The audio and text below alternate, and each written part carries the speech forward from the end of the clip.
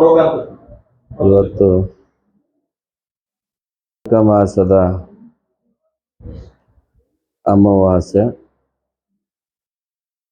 ಅದಕ್ಕೆ ಅಂದರೆ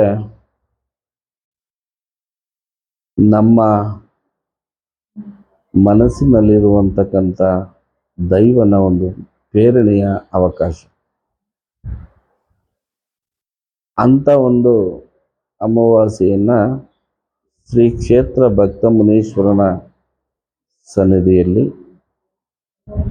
ನಾಡಿನ ನಮ್ಮ ಎಲ್ಲ ಭಕ್ತಾದಿಗಳಿಗೂ ಕೂಡ ನಾನು ಹಾರೈಸುತ್ತಾ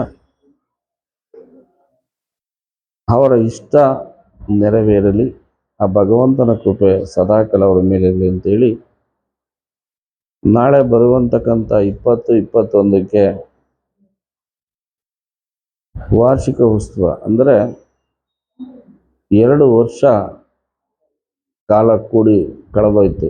ಅಂದರೆ ಆ ಗುಡಿಯನ್ನು ಕಟ್ಟಿ ಅಂಥ ವಾರ್ಷಿಕ ಉತ್ಸವವನ್ನು 20-21ಕ್ಕೆ ಇಡೀ ನನ್ನ ಭಕ್ತ ವೃಂದದವರಿಂದ ಭಕ್ತಾದಿಗಳಿಂದ ಎಲ್ಲರೂ ಕೂಡ ಕುಟುಂಬ ಸಮೇತವಾಗಿ ಪರಿವರ್ತನೆಯಲ್ಲಿ ತನ್ನ ಪಾತ್ರಕ್ಕೆ ಭಾಗಿಯಾಗಿ ಆ ಭಗವಂತನಲ್ಲಿ ಬೇಡ್ಕೋಬೇಕು ಅಂತ ಹೇಳಿ